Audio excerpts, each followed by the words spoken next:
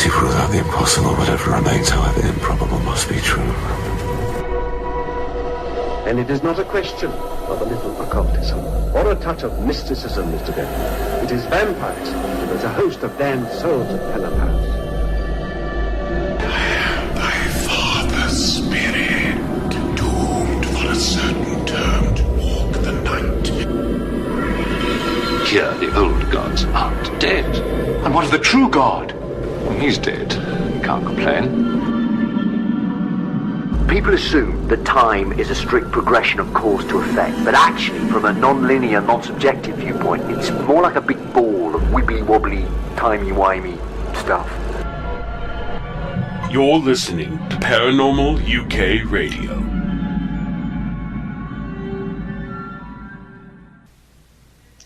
Hi everybody, this is Paranormal UK Radio, the flagship show of the Paranormal UK Radio Network. I'm your host, Irene and Mark, and my co-host is with me again tonight, Mark Johnson, and I remembered. Yay! Yes. I'll have a sweetie for that one later. Okay, how are you, Mark? I'm good, how are you? Great. We had our summer, you know. We had 3 weeks. 3 weeks? Wow. And now is it over? Well, it looks like December out there at the moment. It really does. It's been raining all day. The wind's blowing.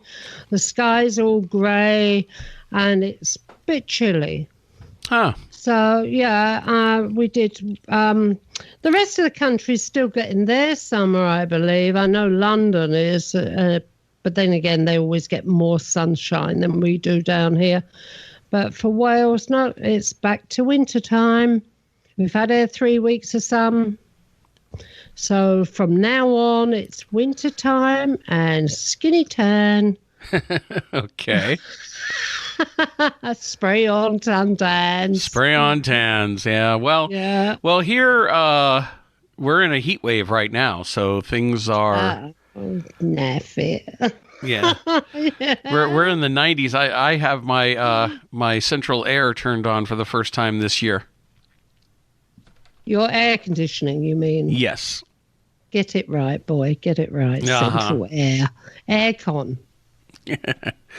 Yeah, it was pretty hot yesterday. I got burned. We had Father's Day here yesterday in the U.S., and so everybody was out barbecuing for Father's Day, and we ran out of propane, and I had to go stand in a very, very long line fathers to get people trying to buy propane for their barbecues. Fathers, were they? All fathers? Yeah, fathers, sons, guys. Yeah. Oh, dear. So you had a barbecue. Was it good? Oh, yeah, it was pleasant. It was pleasant. Well, you see, we do that sort of thing when we have our summer here. You know, we have we try to get a barbecue fitted in sometime during the summer. During those couple of weeks when you're lucky. Yeah. Yeah. When we're lucky, yeah. You'll probably be having snow before long. Yeah, the longest summer, Mark, that I've ever had here in Wales was when I first moved in about 11 years ago. It was a hot summer, all through summer. I thought, great, this is it. This is the dream. Beautiful green countryside, sun like when I was a kid, sunshine, all through the summer months. And then it didn't. We had no summer from then on. The following year, there was no summer. There was definitely not any summer the year after. And some years we've had sleet, snow, everything during the summer. We've had hurricanes. We've had everything. And last year, I think there was summer when I was in Italy. They had summer here. For that couple of weeks I was in Italy, they had the summer here in Wales. When I came back, it went back to rotten weather again. And, you know what? You'd never get a job with the tourist board. You're not doing a good job of selling tourism. No, but the funny thing is, you're talking about that. I actually did do a film to sell Wales to the tourists. Oh, you did? Yeah, a few years ago, yeah. Yeah. Well, I hope you did a better job than you're doing today. Oh, lovely Wales. That's why it's so brilliantly green here, because it bloody rains all the time. Right. You know? Anyway. Oh, so what have we got? We got anything going on at the moment? We've just launched a couple of shows, I know that. Well, last week we launched Inside the Goblin Universe is back with done very well as well. Cryptozoologist Ron Murphy back into the fold. Well. And then, of course, Ron also has his show also on Thursday nights with Deborah Hatswell with the Crypto Realm. And that's doing very well as well. Yeah. Yeah, they're all doing very well. I'm very proud of all our hosts. Our people do a good job, and we have to do some shout outs because we have been getting a lot of great email lately, people who have been very happy with the shows and what we've been putting out as far as the network goes. So, I just want to put some shout outs. So Dan and Folkestone in Kent sent us Folkestone. Well, looks, you guys put an E on the end, so it looks like Stone to me. But Dan sent us a very nice complimentary email about all of our shows. Dan, we wanted to thank you. And we also do want to shout out to wish a happy birthday to Paul O'Brien. It's Paul's birthday this last week. Yeah, and he still looks 21. Bastard. Oh dear. Okay then. All right. So now we have a show to do. So yeah, let's get on with it. Okay. So who's our guest? Nick Hayes. Nick Hayes, welcome to the program. How are you doing, Nick? Very well, thank you, Mark. How are you? Doing good. Well, thank you for joining us tonight. And now, Nick, just so for our listeners, tell people a little bit about our background. Now, you examine... Not our background, your background, Your Nick. background. Your background. Yes. It's Monday here, folks, when we're recording this, so, I'm still getting over it. So on your background, you deal a lot with photography, and tell us a little bit about what you do. Well, basically, I got interested in photographing invisible phenomena. Back in 2010, I started filming in the infrared and the ultraviolet. Basically, after discovering the work of Trevor James Constable, so I've sort of devoted my life to filming, and that's basically what I've been doing. And I wrote a book in 2016, Quest for the Invisibles. And that just covers the first 5 years of my quest to film invisible phenomena, whether it be craft, invisible creatures, i.e. biological UFOs or entities. It's just covering the whole thing. So that's what I've been up to since 2010. Just out there every night filming at night, filming in the daytime, and capturing a whole range of strange invisible life forms and craft-like objects. Now... Nick? Sorry, Mark. No, go ahead, Irene. We're already jumping on top of each other. Oh, God. Anyway, Nick, what I was going to say, I don't know anything really about cameras except to aim and click. Are there special cameras that you're using to do this? Yeah, well, basically, I use an infrared camera, and that's basically a standard digital infrared camera. And all infrared cameras, modern infrared cameras and camcorders, have got a filter in them that blocks invisible light, often referred to as a hot filter. So this is removed. In the case of the infrared camera, this filter is removed, and in its place is an infrared pass filter. So what that does, it cuts most of the visible spectrum, apart from a small amount of red that occurs just before the infrared, and then it passes the infrared. And with my camcorder, I've got a full spectrum camcorder, so I sent it off to a company in America, and they took out the filter from that blocks invisible light, and in its place they put clear quartz. So what I do, I use different filters on the camcorder. So for instance, when I film in the ultraviolet, it blocks the visible light spectrum and the infrared. Because once you get it converted, you can see infrared, ultraviolet, and visible spectrum. So it's just a matter of using filters to block whatever part of the spectrum you don't want to see, which is normally the visible spectrum. So I film in both infrared and ultraviolet. Now, how long have you been doing this for? I started in 2010. I had a UFO experience on Christmas Day evening, 2008, and that's what really got me into photography. Before this, I'd never had any interest in photography at all. But I saw what I thought was a craft-like object at first, but as it passed overhead, it seemed to be breathing. It looked like a child's spinning top and made of light or pure energy. And it was going no more than about 3 miles an hour, and it went across the rooftops. It was a really foggy, misty evening, and most of the time all you could see was a pink glow, but at times you could see the thing, in its entirety.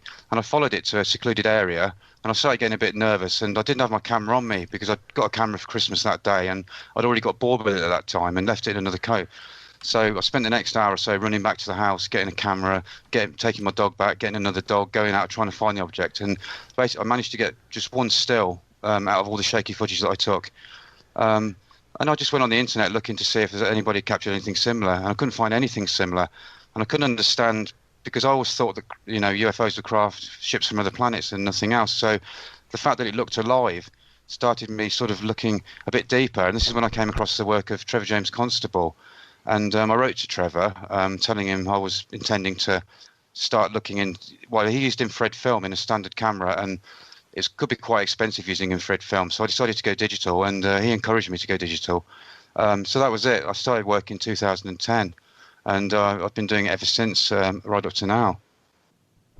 Now, as an investigator myself, I've been using both infrared and full spectrum cameras for years, and I've seen a lot of people do some really interesting work, especially with infrared. Infrared really seems to bring out a lot that's usually not visible to the naked eye.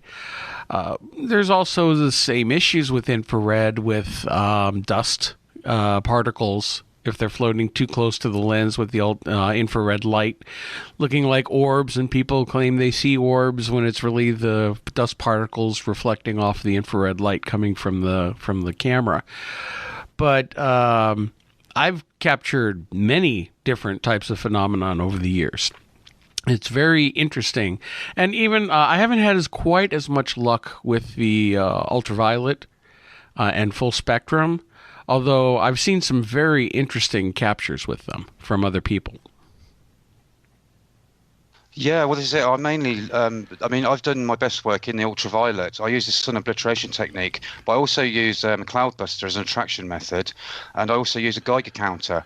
But yeah, I don't film orbs. The things I've filmed are clearly fish-like forms and strange craft-like objects. My book is full of them, but I often record with a standard camera filming the visible spectrum as well. So I use various techniques, and at night I go out with an infrared camera, film in total darkness, and without a flash most of the time, and I use a Geiger counter. And most of the time I don't catch anything, but a lot of the time I catch something now and then, something really good. My website's full of the infrared stuff that I've caught at night, but the most interesting stuff I've captured is in the ultraviolet. Some clear, strange-looking creatures, from jellyfish-like objects through to fish-like forms, and things that just don't make sense. Now, let me the things that you're capturing in ultraviolet, these craft. When you're using a Geiger counter, I'm curious what you're using the Geiger counter for. What are you measuring in order to buy, to find, to know when you should take a picture? Because I know during research we sometimes look for EMF spikes, spikes in the electromagnetic frequency and the natural surrounding EMF in a home or in a location. Geiger counter, I've never used one, but I just assume that they measure certain types of background radiation. So what are you measuring? Measuring quick peaks in the radioactivity, which is what happens when these things seem to enter from the invisible. I film craft-like objects and entities, and I've got clear indications, and I've took a photograph, and I've caught entities and all sorts of things. And what it is, the normal background radiation, it's measured in microsieverts per hour. And I walk the streets a lot. I've been using it for a long time, so I know what it should be set for. So it's normally between 0.08 microsieverts per hour and 0.1 microsievert per hour. So I set mine for 0.2 or even higher. And you don't normally get a peak going up that high. from background radiation. That's double the normal background radiation level. So I'm looking for quick peaks, sudden peaks, and then I take photographs in that direction. But there's a group called the GRCU, an Italian research group, who were around in the 1980s, and there's about 25 members in their group, and they all used various indicators from ultraviolet, heat and sound detectors through to Geiger counters. And again, they were looking for quick variations in either magnetic field, luminosity, or heat. Now, what other types of radiation are you specifically looking for? Are you able to differentiate what types of radiation you find? No, not really. No, all I'm interested in is the sudden peaks. Just the peaks. I'm just waiting for the sudden high peak. Yeah, I've got it set to vibrate, and it vibrates as soon as it goes to 0.2 microsieverts per hour or higher. I suddenly get an indication, and I take photographs in that direction with the infrared camera, or if I'm filming in the ultraviolet with the camcorder, I'll swing around to that direction. But whatever these things are, they seem to create some kind of radiation, and I don't know what radiation it is. I don't really know, to be quite honest with you. I've never really looked into it that far, but it could. I've always thought it perhaps could be an unknown radiation, or perhaps even orgone energy. Perhaps it's speculated by quite a few people.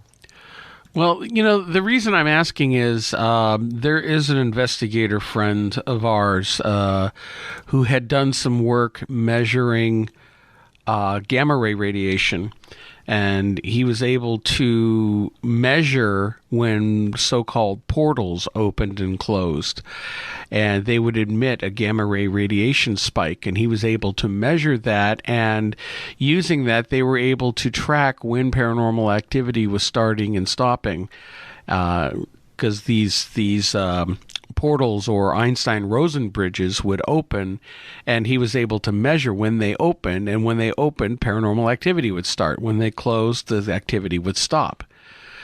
So, I mean, and I have to show my ignorance here, not knowing much about Geiger counters themselves and never having used one. I can't really say, what it is that they're actually measuring. No, well, it's definitely. I've been wondering for a while whether it's a portal. I've took some amazing photographs in my garden, in my greenhouse, in total, when pitch dark. I used a flash, but the infrared camera only saw a tiny bit of the red spectrum. But the flash seemed to illuminate whatever it was. But I caught 4 entities in my greenhouse window, and I was walking by. The dogs started reacting, my 2 dogs, and all of a sudden I got a high Geiger counter hit. So I took a photograph, and these entities can be seen on my website, which is at www.questfortheinvisibles.co.uk. I filmed quite a few entities, and as you say, yeah, I do believe that it's when they come into this reality, or either a portal's opening, or it's a particular type of energy or radiation that's being formed when they enter this reality, even though some of them are totally invisible and can't be seen, in this reality. Because some of the things I record in the infrared only appear in the infrared when they're illuminated by the sun's rays, and that's quite the same in ultraviolet, although some seem to be self-illumined, or self-illumined as is the proper term. But so yeah, no, I agree with that. Yeah, there's some kind of radiation that seems to, appertain to manifestations from the invisible.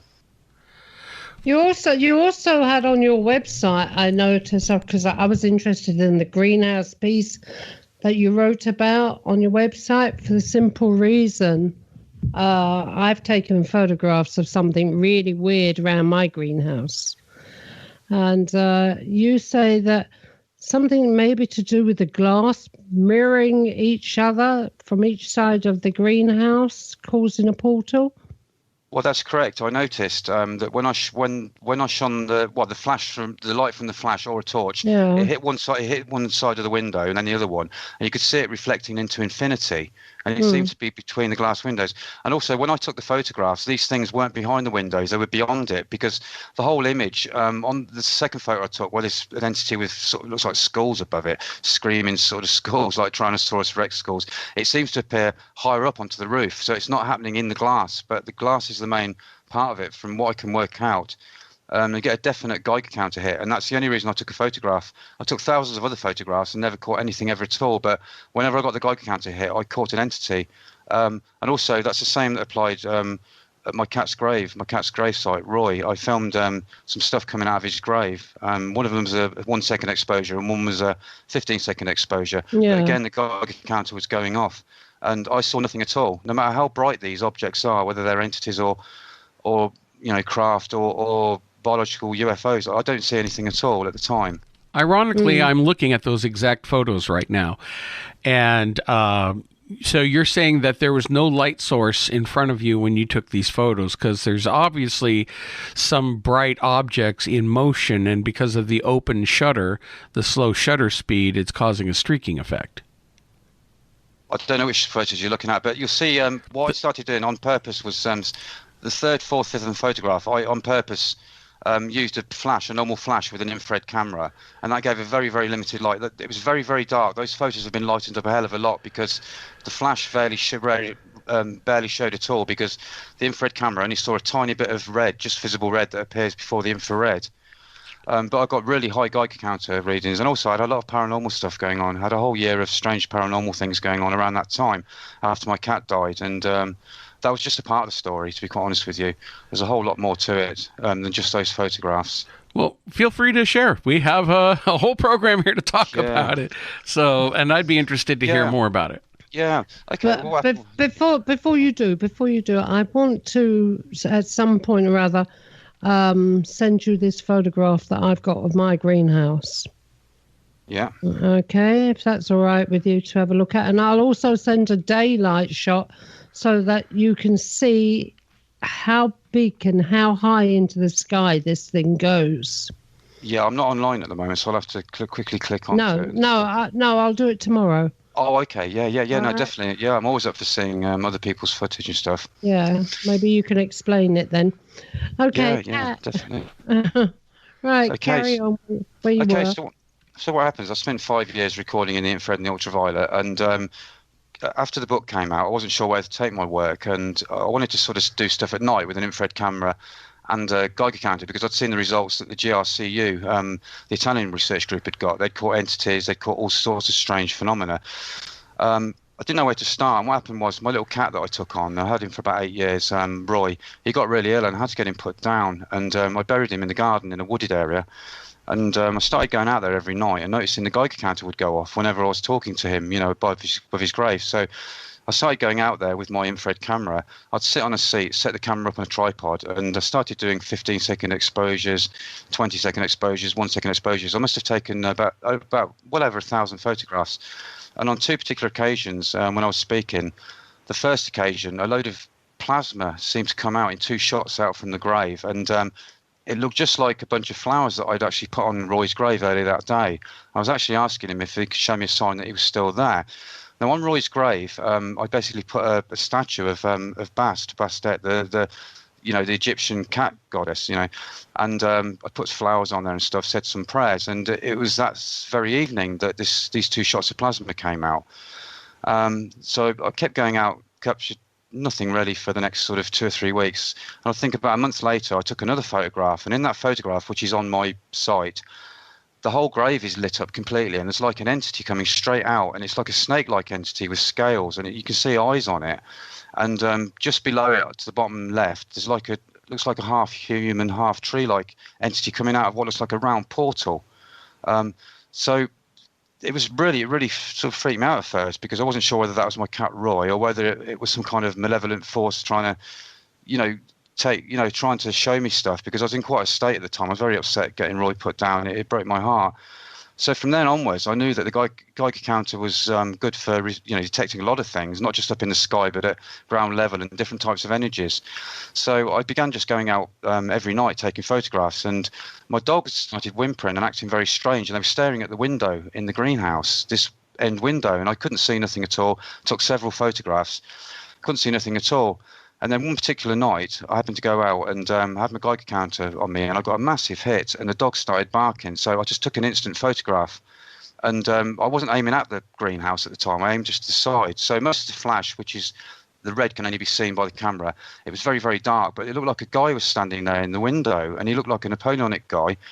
Looked really ghostly. And I think about 2 weeks later, I got a little guy that looked like an ET, and then the next one that came probably about a month later, it looked like a real dark entity with horns and some strange entity with either ears, like a cat, or horns sitting on its lap. And then I think about a week later, I caught another entity. So I only ever caught 4 in the greenhouse. And I was going to say, are these all in the greenhouse? Yeah. All those 4, yes. The only 4 I ever caught, and I took thousands of photographs. You know, I wore my my infrared camera out. So I started going out into the woods and just sitting there in the woods. And every time I got a Geiger counter, I'd just take a photograph in complete darkness. Yeah. And I started capturing things now and then. But the dogs started reacting an awful lot, and I'd go back upstairs and find that my computer had been switched off and ornaments had been moved around. And I had some really, really strange things happening. An entity, what looked like an entity, started to form in the corner of my room one night, and my dog Lucy, she was cowering on the floor. I've never seen her do anything like that before. I tried to take a photograph, and the camera just stopped. It was an £800 camera that I'd had converted to infrared, and I couldn't fix it to this day. Broken.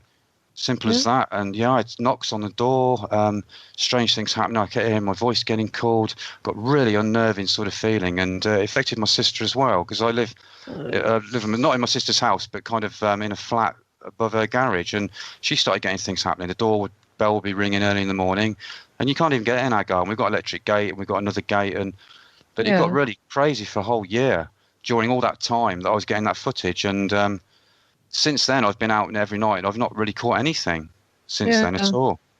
So Nick, that's basically what happened. Do you think these are elemental entities? I think one of the ones I sent one to you today, it looks like it's got antennae on its head, and there's another little entity next to it. I think some of them are elementals. Yeah, I mean, these other things that I've captured, one in particular seemed very dark to me. Yeah. A very dark entity, and I started getting very worried. Because I've been out to Egypt, because my sister lived there for a bit, I got a big collection of Egyptian bits and bobs, like, you know, I had loads of little models of the Egyptian deities, the gods, and loads of papyrus, and I took it all out because I was convinced there was some kind of link between this and what was going on in my place, and I just started thinking these might be dark entities, and I shouldn't really be having statues to them, you know, all around my room. So I took everything to do with Egypt out, and I got rid of all the mirrors in my room because I thought I saw an entity in the mirror. So I wrapped the mirror up and took it out, an old antique mirror that I had, and basically, touch wood, everything seems to have stopped. So I don't know. It's a lot to think about. See, I've heard this where people have gone looking for this sort of stuff before and then been plagued by it, because as much as the curiosity of the person looking for it, it's as if these things have the curiosity about the person. Yeah, well, this is something I say to people. When you open yourself up to the invisible opens itself up for you. Yeah. And these things, these entities, these beings, I mean, I'm convinced that some of the craft up there, a lot of the craft are actual entities. I filmed some very strange things that seemed to know I was looking at them. I mean, one strange thing was like an egg-shaped object, and it had radar dishes coming out the side, and as I zoomed into it, it turned round. This was actually visible. It came from the invisible into the visible, and that's on my Quest Invisible's YouTube channel. I think it's called Strange Craft, and it was a very strange looking thing, and as it turned round, it certainly changed. It didn't look egg shaped, it looked teardrop shaped, and you couldn't even see the bits that were sticking out, like radar dishes. It was very, very strange. So I'm starting to be convinced that a lot of these things, they know they know that you're looking, and then of course there's like a lot of people are going out now doing summoning, what they call UFO summoning, and they're getting quite a few results. But I think you've got to be careful, as you say, when you look into this thing. If you open yourself up, you could be asking for trouble if you don't know what you're doing. Yeah, that's my lookout. Don't call out for stuff you don't understand.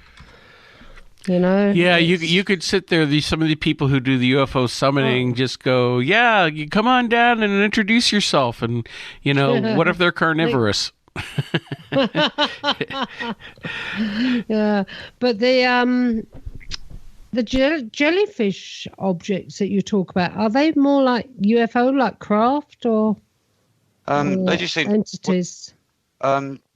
Well, they just seem to be creature-like things that just swimming across the sky. I don't know. They're obviously made of some kind of heat substance.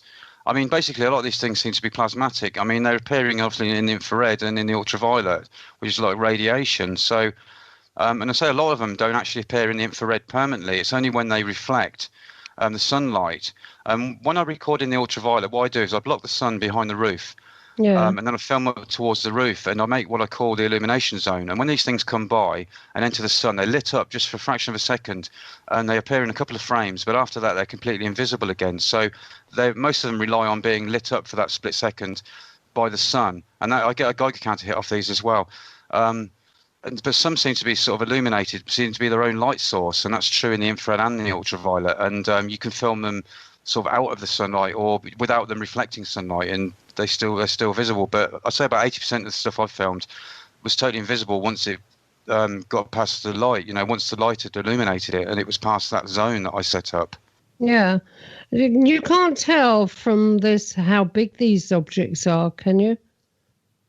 No, it's never easy, but I always use a certain bit of the rooftop that I know how big that is.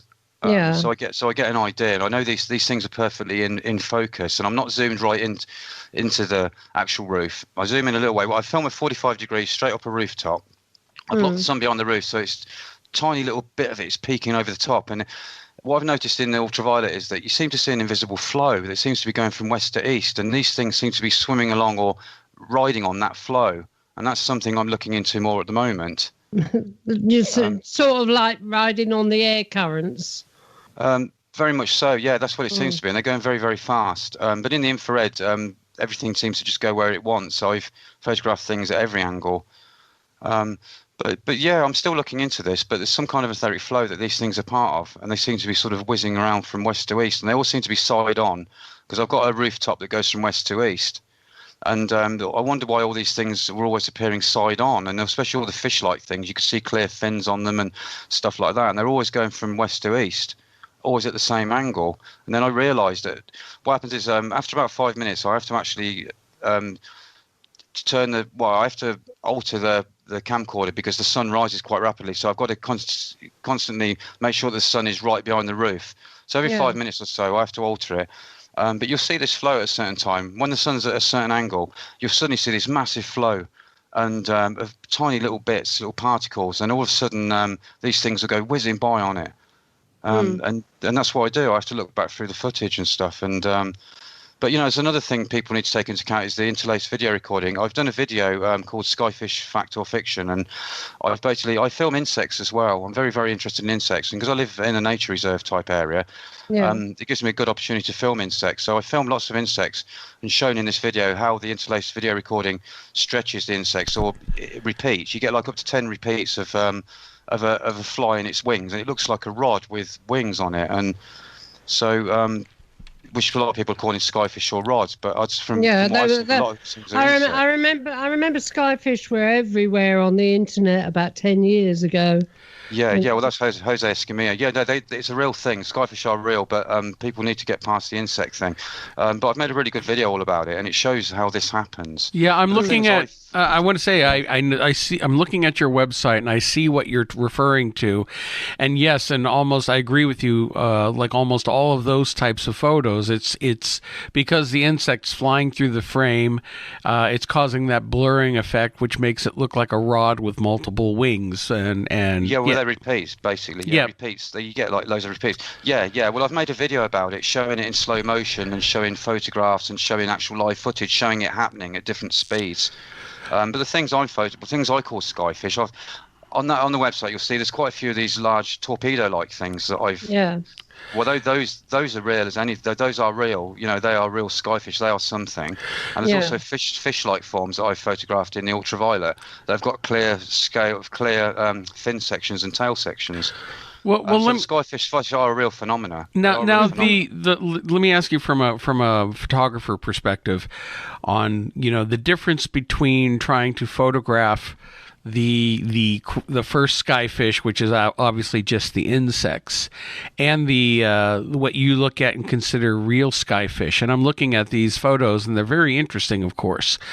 You can see similarities to the others, but also you see the differences in that they're longer, and there seems to be two sets of wings rather than that repeating pattern of wings.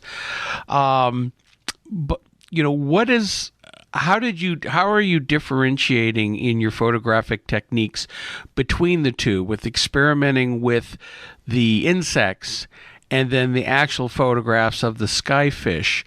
Are you using a faster shutter speed? Are you using different filters to pull them out other than the insect ones? How do you differentiate the two on a technical level? They're basically the skyfish footage I've got. They're video stills. They're not photographs. Okay. They're actual video stills. So I mean, one of my camcorders records at 50 frames a second, one at 25. But I often record with a standard camera in your movie mode as well at the same time, or I use a CCTV camera filming the same scene, and you find that these things don't show up. And what I found is a lot of insects. I've yet to capture really good footage of an insect in the infrared or the ultraviolet, because they're either reflecting too much infrared or ultraviolet radiation that they're just a blur and you can't see them, or they're sort of too close to the camera and blurred. And a lot of the bodies, they don't reflect much sunlight. Some of the bodies that are black of the insects don't reflect sunlight. And I've explained this in my video about skyfish. Sometimes you get like the body of the insect doesn't reflect the sun at all. So you get like what looks like a brown rod, but the wings do reflect. So, and in some cases, when the wings don't reflect and the body reflects, you just get like a white tube-like object. But no, I've been doing this for a long time. I've filmed all sorts of insects, and I've just mucked around all the time trying different things, but often film in the infrared and the ultraviolet together as well. I've been doing this for sort of since 2010. So it's pretty clear, and also you get as like with the UFOs, some of these things give Geiger counter reactions as well. I mean, I wasn't using a Geiger counter when I was doing the first skyfish footage in the infrared. But there's a lot of footage that I haven't shown because it was just either too small, and it just didn't really stand up too well. But from what I've seen with my work, I'd say skyfish are a very real phenomena, and I just filmed them with a camcorder. Yeah, Nick. Every time I've seen any footage of skyfish, it's either been high up where people are really high up in the sky, or there was one where they were kind of bungee jumping into a big hole somewhere, a cave or something. Or otherwise they're up there abseiling or whatever. Have you ever, the ones you get, are they fairly low? I'm filming above 100-foot trees. I've got some trees that I film above. I use a cloudbuster. I point in the cloudbuster. What's a cloudbuster? It's basically an invention of Dr. Wilhelm Reich. It's a weather manipulation, a weather engineering tool. It's a collection of pipes that are grounded in water, and the water's got running water, and it manipulates orgone energy, and it basically causes differentials in energy levels that underlie atmospheric movement. And according to Trevor James Constable's work, its operation affects different densities of existence. So that's why he started experimenting with the cloudbuster as a UFO attraction technique. Yeah. And this is the only reason I started using them, because he got so much success from using it. So I use a cloudbuster. And the cloudbuster, you walk near it with a compass, and it'll spin the compass around the other way because of the particular energy it's giving off. It's grounded in water. The tubes are grounded in water. I've got 8 tubes on my latest one. And the water's flowing, and it seems to create, it creates an energy, and you can get rid of clouds. It busts clouds. This is why it's called a cloudbuster, obviously. So it can aim. You aim it from the ground up. Yeah, straight up. I've got it. Like a missile launcher sort of thing. I've watched the old police helicopters. I've had a few problems, but yeah. Well, that's what it looks like, a mortar or something. It's got 8 tubes on it, my one, yeah.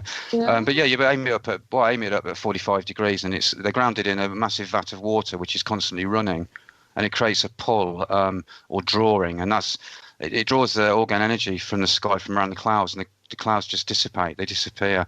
And Wilhelm Reich discovered, he saw UFOs appearing in the sky.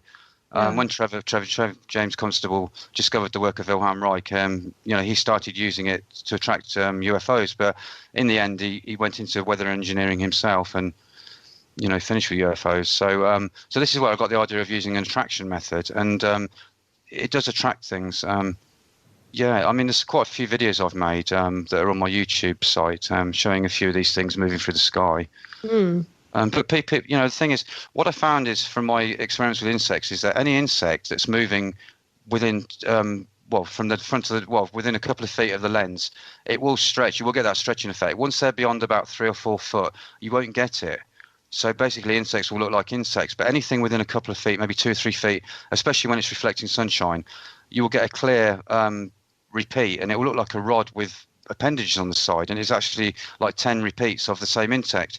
And this is affected by the speed of the insect. And on my video, you'll see insects, the footage is slowed down, but you see them bending and going back and forward. I film mosquitoes going back and forward, and you'll see this bending. As they accelerate, you'll see more and more stretching occur, and you'll see more and more of these appendages, which are really just repeats of the wings. So I'm very interested in insects. I've looked into insects and I've filmed skyfish. So the skyfish don't do this bending effect or anything like that.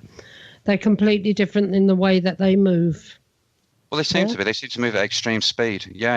I've filmed some of them going up behind a tree. They go right behind a tree, and I'm filming from the floor. And I'm not particularly zoomed in that far to the tree, but they can be clear. One of them can be clearly seen going behind the tree, and the tree's about 40 foot from the camera. Yeah. The tree's about 100 foot tall. So I've researched these things a lot. I've been out. I've filmed with multiple cameras. I've looked back at footage of the normal camera, and there's nothing on there at all. All you can see is flies and little black, flies. Because obviously, when you're filming with a normal camera, you've got a blue sky. When you're filming in the infrared, the sky changes in colour, and sometimes it can be very sort of like white colour or very bright. So a lot of insects reflecting infrared light won't even show up because they're not. They'll show up.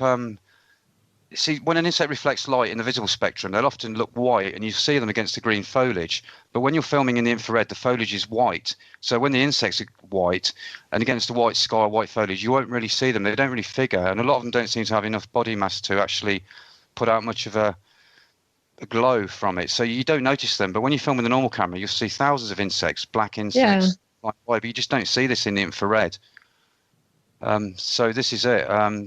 But no, the skyfish reality is real. Jose Escamilla was the man who, first got onto this. Yeah. Fortunately, a lot of people have filmed them, and they've just filmed insects. A lot of people have been fooled by it. And at first I wondered what I was filming, but then I started going out filming insects for months and months and months, following them around, filming them, filming different sorts, and I could see exactly what was happening as it was happening. So I totally understand the process of what's happening. I know they were very, very popular 10 years ago, skyfish. There was always people trying to catch skyfish, or not catch them, but capture them in their photography and everything. And whatever they were doing. Well, I said skydiving or something like that. And Yeah. Well, I believe they're part of the invisible world. I'm convinced that they're part of the invisible world. I mean, I've filmed some of. There's been quite a few of the torpedo-like skyfish filmed. I think there's one filmed at Albany Airport. And the FBI were quite interested in it. I think the guy who filmed it reported it to the security at the airport, and then before they knew it, the FBI took away the film of it, and it looked very much like a missile, and it had sort of fin-like shapes on the side. And I've filmed quite a few of these myself. There's a video, the video I've made on YouTube, Skyfish Fact or Fiction. It shows quite a few examples of these javelin-like skyfish, which only seems to have 2 pairs of almost like paddle-like appendages. They've got like 2, a pair at each end. So they're not multiple repeats of anything. And a lot of them are filmed quite far away. So you're not getting any kind of stretching from the filming technique, from the interlaced video recording.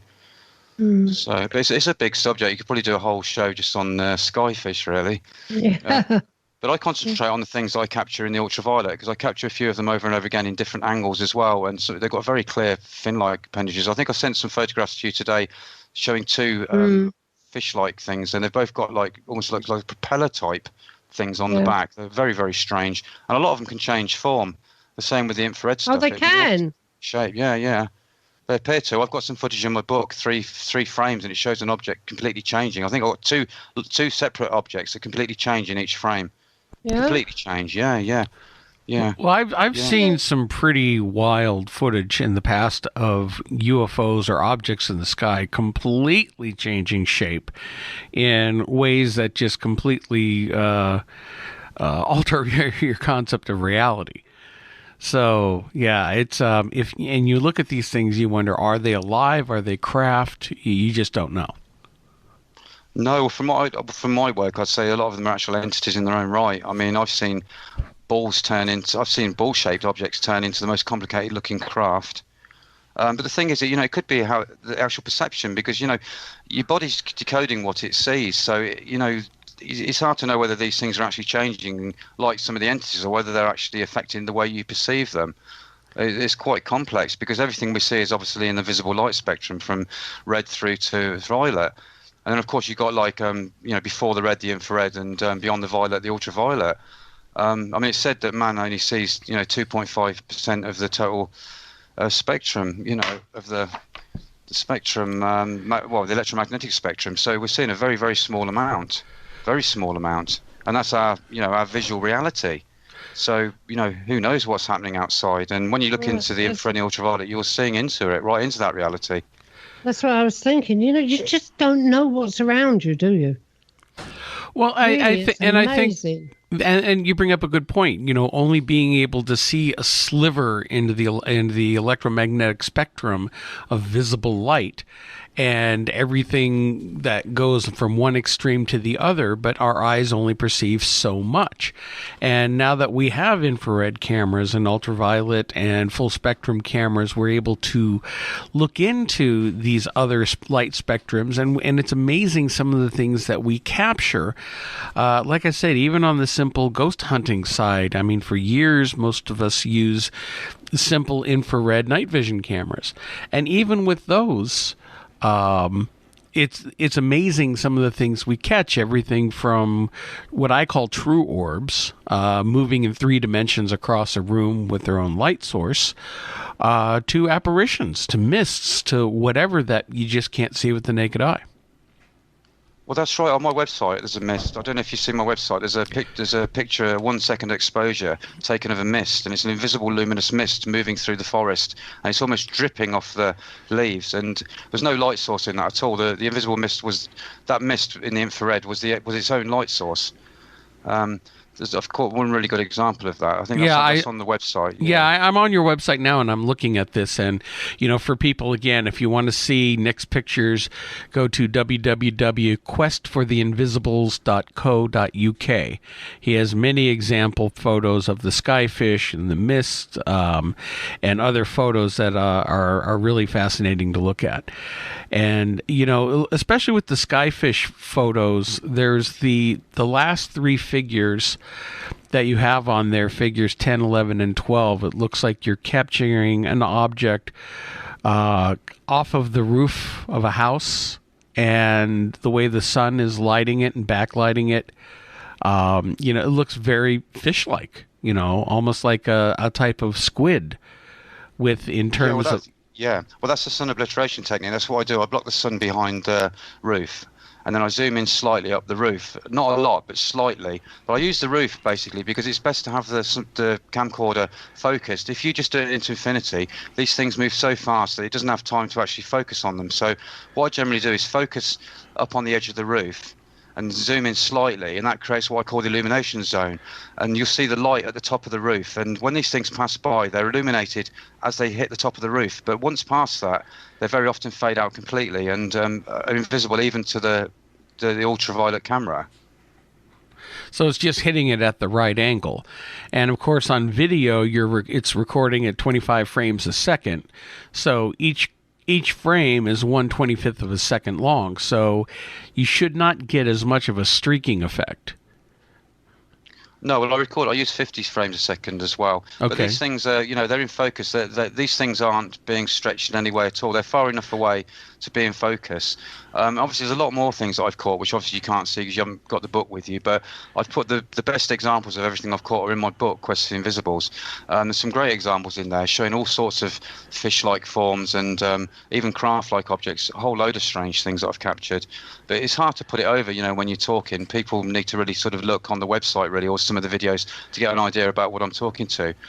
But there's 2 particular types of things that I've filmed. I made a video called Spinning Jennies and Plasmatic Gliders, and I found 2 what I call entities. One of them was called a spinning jenny, and it basically seems to be like a flatfish, and rather than using its wings to swim or fly, it arches its body and it spins the tail and the wings like a helicopter. And I've got footage of these things spinning across the sky. And there's something else I call the plasmatic gliders, and these are basically like a fluidic plasmatic sheet of paper, and they fly either in a V shape with a V at the top or V at the bottom. And I've got some great footage on my Quest for Invisibles YouTube site of one of these things coming down from the tree right at me, I'm having to move backwards and keep it in frame, and I can't see it. I can only see it in the infrared camera on the lens, but I can't see it in real life. This amazing bit of footage, but it's just like a fluidic piece of paper. And some of these things just don't make sense. But then some of them, look like fish, very similar to the fish of our physical oceans, And it brings the question, if there are these types of living beings, entities, and we're not even talking about, intelligent entities like people thinking of aliens. I mean, cryptozoology talks about all sorts of different types of strange animals that seem to be on the fringe and that people encounter from time to time. And these types of flying rod-like entities, what I find interesting about it is, they postulate the idea that maybe on other planets, on a gas giant planet like Jupiter or Saturn, that you think that nothing could live because there's no surface. It's all these big gas bag planets. But, what if you had these types of creatures that live in the atmosphere and fly around and could survive in that? And if they can certainly survive here on Earth that way, could they survive elsewhere? Well, we see, the thing is, I'm convinced they're not actually on Earth. A lot of them seem to be invisible. They're on a different realm. So I don't really think they're not really existing in this physical realm. From what I can tell, they're existing on another level. And I believe there's many levels existing at one time all around us. And that's probably the same for planets of all sorts. I mean, etheric, I see these things as part of the etheric world. They might, to each other, in their reality, they might be as physical as we are to each other.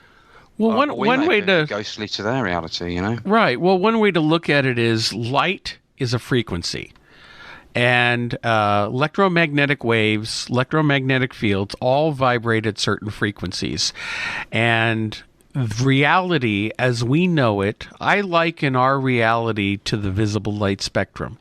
We can only see or perceive that small sliver, but beyond it is a much larger reality that's invisible to us.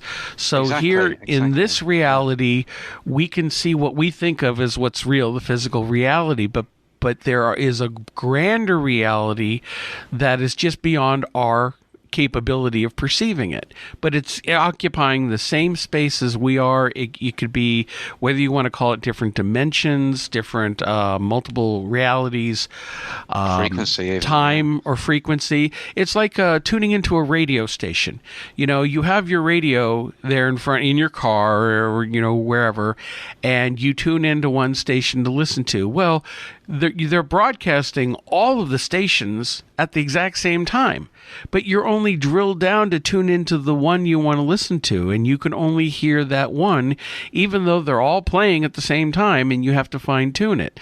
The same way with reality. We're tuned into this reality, which can be likened to one station, but there's still all the other ones out there that we're just not currently tuned into. Yeah, this is exactly what I was saying in my book. Yeah, I mean, I totally agree. I mean, we're decoding, as I said earlier, the visible reality that goes from, reflected light from red through to violet. I was saying, you've got the infrared and the ultraviolet and all sorts of other things out there. Who knows? I mean, as you're saying, yeah, all existing at the same time in the eternal now. But obviously, we're tuned just to the visible light spectrum. So it's only through using infrared and ultraviolet that you can. It gives you a good glimpse into this reality.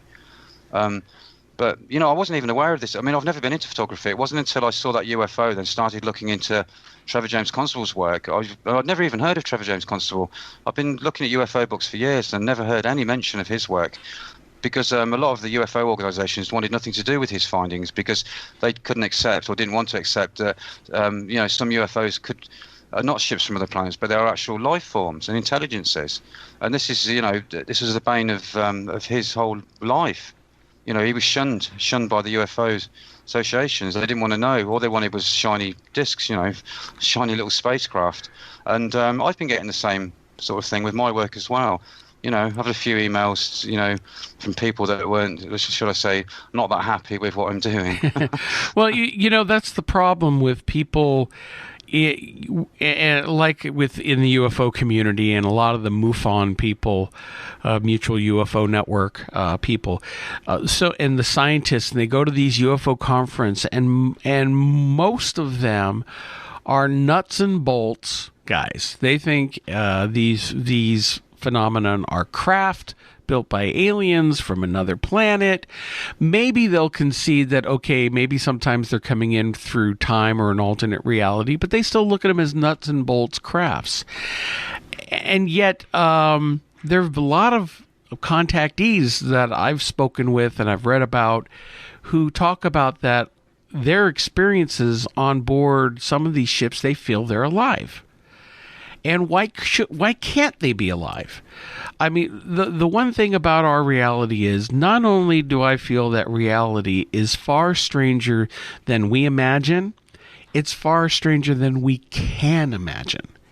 Because we are limited by our own brains. We can only perceive our 5, sometimes 6 senses. But there may be things that are beyond that perception. It'd be like trying to explain quantum physics to an ant.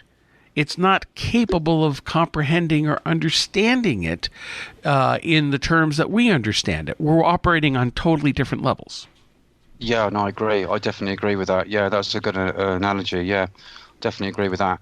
But I think, the more and more you open yourself up to this stuff, the more it seeps into your reality. I feel a lot different now than what I did sort of a few years ago when I started doing this. My whole awareness of things has changed. But, I started off looking for physical nuts and bolts craft, but most of the craft that I've seen that I photographed seem to change shape and seem to morph. So I'm convinced they're not nuts and bolts craft. I'm convinced that the craft are interdimensional. They're coming from different dimensions, different realities. I don't really believe that what's happening now in the whole UFO thing. I don't believe that these beings are from other planets at all. The crop circles and the lights in the skies, all these things, everyone's catching them all over the world. I'm more of the opinion that they're interdimensional. And I agree with that. I agree with that for the most part. I also think that we can't rule out that we're not being visited by intelligences from other planets. Even within our own reality, but it's clear that we're dealing with things that go beyond our reality or our understanding of it, and that come in from other dimensions, other time, other things, concepts we probably can't even imagine yet. And let's get down to it. The same goes for the spiritual world, in the paranormal world. We talk about spirits and the afterlife and whatever, but we don't understand it. We don't know where it is because it's operating on a different level or a different frequency than we are. We think somebody is, you die and you become a ghost and you float around. Well, why can't we see that ghost with the naked eye? And sometimes people do, but most of the time they don't. Even people who I've interviewed who have had out-of-body experiences, and they've gone to other people who and try to appear to them, and the people can't see them. Why not? They're operating on different frequencies. So that's right. Yeah, definitely. Yeah, different vibrational frequency. No, I totally agree with that. Yeah, definitely. And everything vibrates. Everything. What looks like solid matter, like I'm pounding on my desk right now, and it feels solid to my knuckles and the wood. But you know what? When you start going down to a subatomic level, those atoms, there's space in between them, so they're not really solid, and they're vibrating. They're moving back and forth at a certain vibrational frequency, even an inanimate object like this. Everything vibrates, and vibration is energy. Yeah, no, I agree. Definitely, it's definitely everything's a vibration. Yeah, I mean, light, everything you see, it's all a vibration. No, I definitely agree. And as you say, things look solid, but when you go down and look at them on an atomic level, they seem to be hollow. So it says to me this is pretty much like an illusion. It's in some ways, it's almost like our body's just decoding what it sees and giving us this solid world, where in fact it's not necessarily a solid world. It's just a vibrational world, a certain vibration that we're tuned into, and that our bodies can interact with. Yeah, and I mean, Irene, what is your thought on that? I think you and I have mostly been on the same page regarding this type of thinking. Sorry, I was I was elsewhere at the time, Mark. Taking a mental break, huh? Okay. Yeah. Actually, I was. The one thing I did want to say, Nick, is have you ever, or do you think that these things could be man-sized, human size, invisible entities? Well, I know how big I've measured the size of what they appear to be like. You mean the ones in the greenhouse? The ones in the greenhouse are about 3.5 foot. But it could be that they're further back in their reality. It's almost like a window to their reality is opened up in the greenhouse, whether it's the portal with the greenhouse window creating a portal, or whether they're just in front of the greenhouse. I don't know, because I said on one of them, it seems to go higher than the greenhouse, the whole scene, higher, past the glass, higher than the glass. So it's almost like they're beyond, but perhaps the glass is the entry point. But yeah, they look to be 3.5, 4 foot tall, but it may be that they're further back in their reality. I don't know. You know what, Mark, you know what I'm getting at, don't you? Yes, I think I do. My two in the garden. Yeah. Do you want to explain that to Nick? Okay, and I'll try to keep it relatively brief. We've talked about this story many times on the show, but maybe we keep getting new listeners. So for those of you who haven't heard the story before, in Irene's book Among the Spirits, she had mentioned a couple of encounters in her back garden of two types of beings that she ran into, literally, in her back garden that looked like they were large, man-sized or larger, and they looked cloaked. And the best description is when you think of the movie Predator, when the predator is cloaked, you can kind of see the shimmery outline, but you could see through it. And that's what she saw.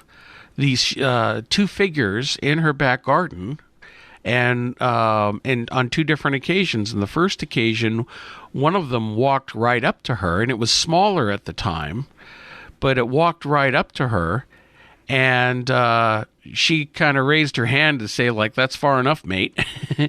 And it froze, and then instead of turning around, walking away, it just backed up before they disappeared. Later, a couple years later, she was walking her dogs in the back garden and saw two things again. This time, the second one was much bigger and approached her again. And for all you can remember is that there was some sort of communication that you just don't remember. But definitely they were cloaked in such a way that they looked invisible, but if they moved, you could see the shimmering outline of the movement. So again, they're using light, either bending light around them, or they were vibrating on a different frequency that they were only appeared not solid in our reality. Yeah, well, that's interesting because sorry, Nick, the way the light went round them, you could see that they were had a head, shoulders, arms, everything. Yeah, bending light. Yeah. Well, when Trevor James Constable first started his work in the deserts, in the Mojave Desert, he'd use a technique. So basically, he was using an infrared film, so he wanted to record these invisible UFOs. So he used a technique to attract them, and then he needed to know when they were nearby so he could photograph them. And he found that by relaxing his eyes and basically staring at the sky, and then kind of totally relaxing the eyes, you could sometimes see like a shimmering sort of variance to the blue sky where these things were. It's almost like seeing slightly into the invisible. And this is a technique I've used on a few of the photographs I've taken. I've sensed or seen something, and I've taken a couple of photographs straight away. There's a good example of a craft that I took 3 shots of. I think 2 of the shots appear in my book, and it changes in every single shape. But I saw almost like a negative of it just for a split second in the sky, and I just took like 3 photographs and caught it. But that was very like a shimmer, different shimmering, but it's almost like that was not appearing in the visible spectrum because it was either bending light or, in some way. So, yeah, I definitely agree with what you're saying. Well, again, if things are operating on different levels and are all around us and we're not able to perceive them, it just makes you wonder. Even, whether you want to call them ghosts or spirits or creatures or aliens or whatnot, what we see with our in the physical light spectrum, the visible light spectrum, and in our reality is just so limited. But these things are really all around us. People who feel like they've been touched, or you're in a room and you suddenly feel like you're not alone. You could feel the energy. Your body is reacting to something that your eyes can't physically see, but it's there. Yeah, I know that. Yeah, no, I've had a few experiences myself. I've had when a lot of the stuff was happening in my place, the dogs were picking up on it, and I was getting a real feeling of dread, like I was being watched. It was very strange. I could feel it. It sort of was like in my aura. So yeah, I totally get that. Yeah, I understand that. But yeah, definitely. I mean, these things, as you're saying, it's all a matter of our perception. I mean, I've seen things that are in the sky that someone didn't see. So does everyone perceive the same reality or the same thing all the time? Or some people's reality can see deeper into the invisible than others.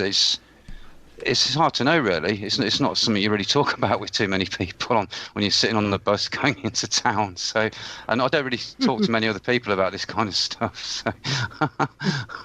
No, some won't accept it, will they? It's just one of those subjects that's, well, it's like anything. You just don't go out there and talk about it, do you? Really?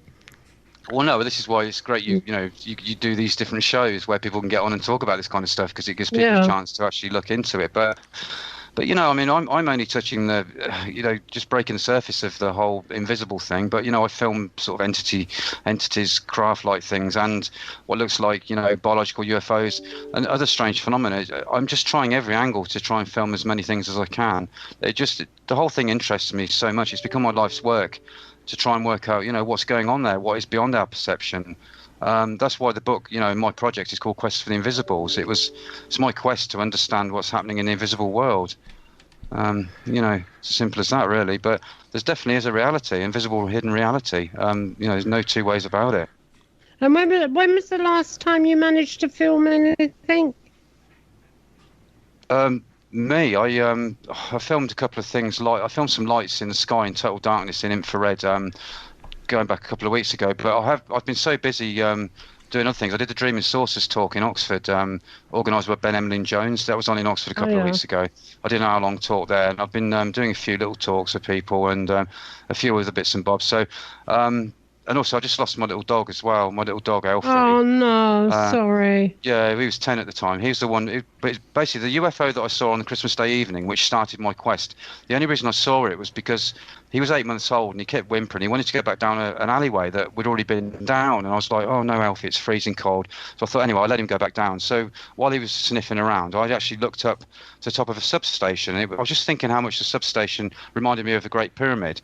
And that's when I saw a glow coming from a few hundred feet away. And the glow got nearer and nearer.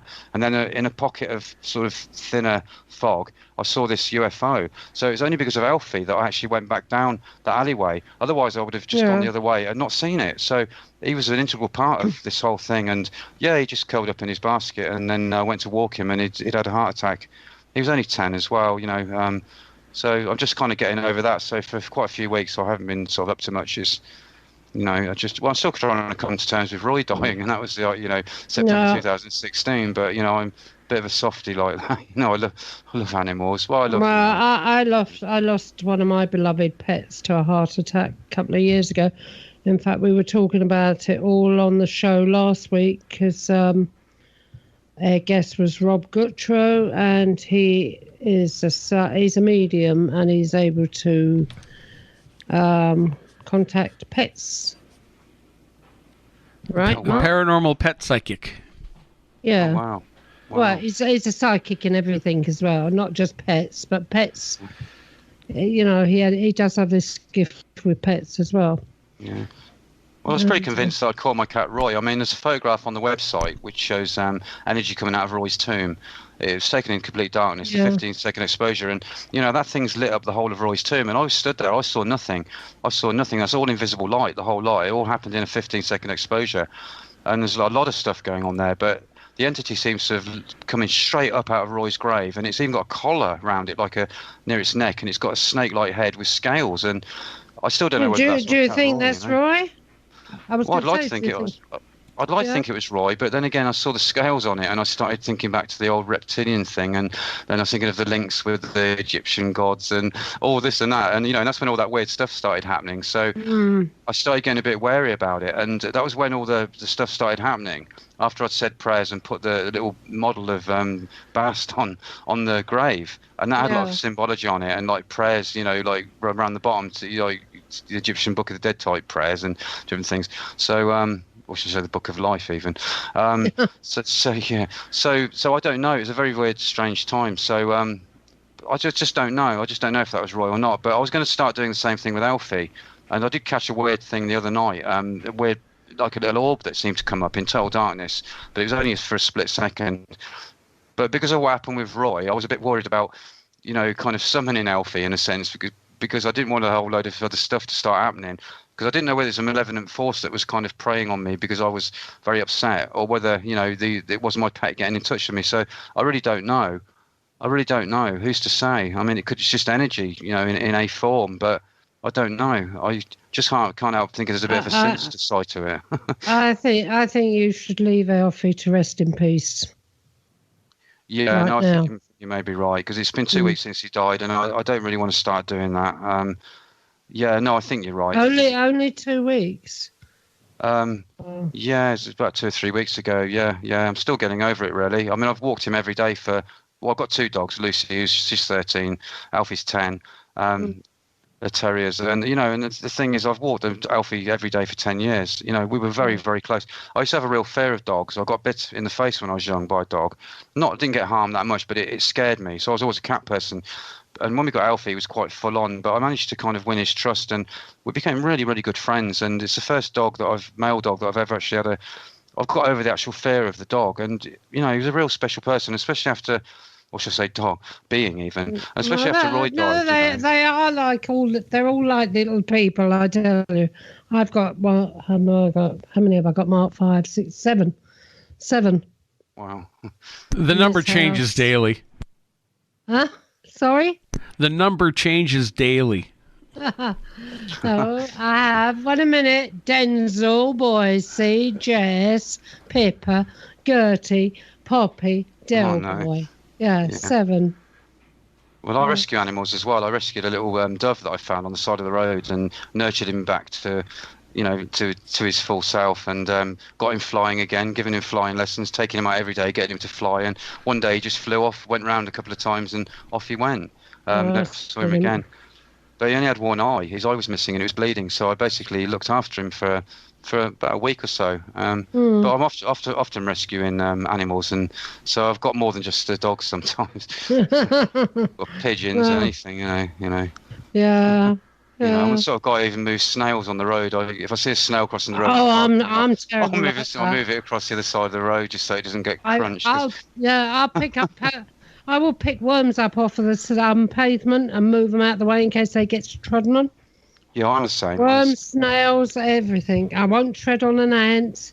No, I'm very much like that. Yeah. Are you like that, Mark? Mark. He eats them. No, I don't. What's that? I just pour salt on them and watch them bubble. What slugs? Yeah, well, that's cruel. That's cruel. Well, I always think, if I was in that position, I would like someone to help me. So, I like to help people. People, they say, well, you shouldn't go in and do anything. It's nature. But, I think humans have mucked up things pretty much for nature in some ways, even though I suppose we're part of nature in a sense, although... are we? But I'd like to help any creature, and I always like to think I'd be helped if I was in that situation. It's as simple as that, really. Yeah. And we've gone right off topic here. You know that, don't you? Yeah, we better come back. That happens a lot on this show, because we talk about whatever we want to talk about. Yeah. Well, people love their fur babies as well, don't they? Oh yes. They're fur babies. Yes. I have my toy. Was that a new toy that's come out or something? No, no, our that animals. means dogs, cats, anything. Oh right, I've with never fur heard on. it referred to as that. Sorry, I was thinking of those silly Furby things that came out years ago. That my little nephews had Furbies or something. That's what I thought you was about. Those little toys, like little pets.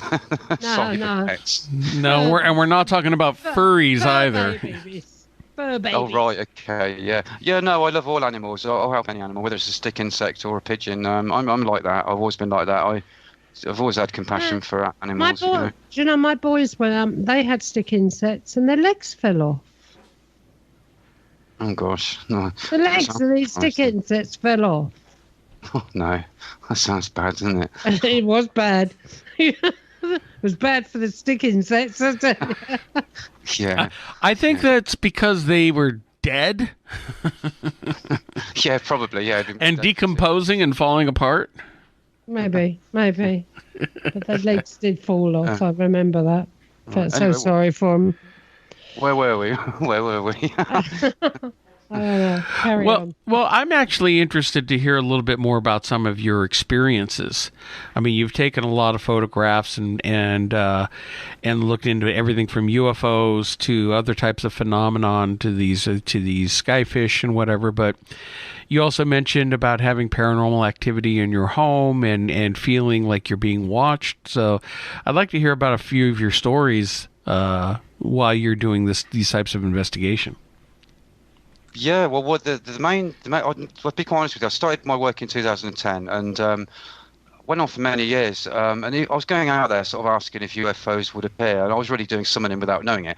But nothing ever happened. But what happened after about 5 years, my sister was away, and earlier that day, it was New Year's Eve. I was looking for my dogs outside, and I saw them both standing there on the grass, and they both had what looked like a white orb on their back, and it was going up and down them. And they were stood there, frozen to the spot. And my sister called them, and they didn't come in. And I went out, and I picked one of the dogs up, and it wasn't moving hardly. And as I got up there, the orbs disappeared. And I thought, wow. At first, I thought somebody was shining a mirror or something from a distance. And, you get that reflection when you shine a mirror. You can see that. That's what I thought was happening. But they went round the garden. Later on, I saw this orb on them again. So, and the sun had gone in by that time. So I thought that was a bit weird. Anyway, I put the dogs inside in my sister's house. My sister went away. And because I had my cat Roy upstairs at the time, I couldn't have the dogs up in my part. So I had to spend the evening down with my sister. So I put them both in their baskets and sat there watching the telly. I had the baskets facing the telly. And the dogs kept turning round and looking at me really weirdly and then looking behind me. And one of the dogs started cowering on the floor and he backed into a corner. And his eyes were watching something going around the room. And I got a real sickening feeling. And all of a sudden I saw an orb come through the wall. It was like a spinning white orb. And it went through the wall and it went out into the other room. And I got really, really sort of panicky because I'd never experienced anything like this before. And the dogs wouldn't look at me. And they just kept barking and acting strange. So I took them both and we sat outside for about 3 hours. And I didn't really want to go back inside because, I was ringing up my sister saying, when are you coming home tomorrow, is it? She says, oh, no, I think I'm staying for another night. And I'm like, oh, no, I didn't want to be here by myself. But weird things are happening, like the phone would ring, just like one ring and stuff like that. And the dogs, they just didn't want to be left alone. But they kept looking at me like I was changing form or something. It got me really unnerved. That was a terrible night. And that's the first time I had stuff happening, the first time I'd ever felt fear. And then must have been a couple of years ago, I was doing a meditation, and I'd only been doing it for a while. And all of a sudden, I saw this reptilian form. And basically, it came into the reality, and it went... boo, like that. It said boo, but like boo. And I jumped, and as I opened up my eyes, I saw like a gaseous version of this entity right in front of me in my room, and it was about 7 or 8 foot high. And when I saw it actually with my eyes closed, it was really weird. It looked like a reptile, and the nearest thing I can describe is I've been trying to describe this to people for quite a while, but I actually watched went around a friend's house and he had Star Trek on, Deep Space Nine, and there was some beings on there called the Jem'Hadar. I don't know if you're familiar with them. I mean, I'm not a massive Star Trek. Well, yeah, I am, and I know them. Yes, that's my favorite. Yeah. That was my favorite of the shows. Yeah, well, that's exactly what this being looked like when he came into my room, and I've had a couple of things where I've been laying there just about to go to sleep, and I've heard voices, and it all started sort of then around. It was all around the time when Roy died. Roy got ill.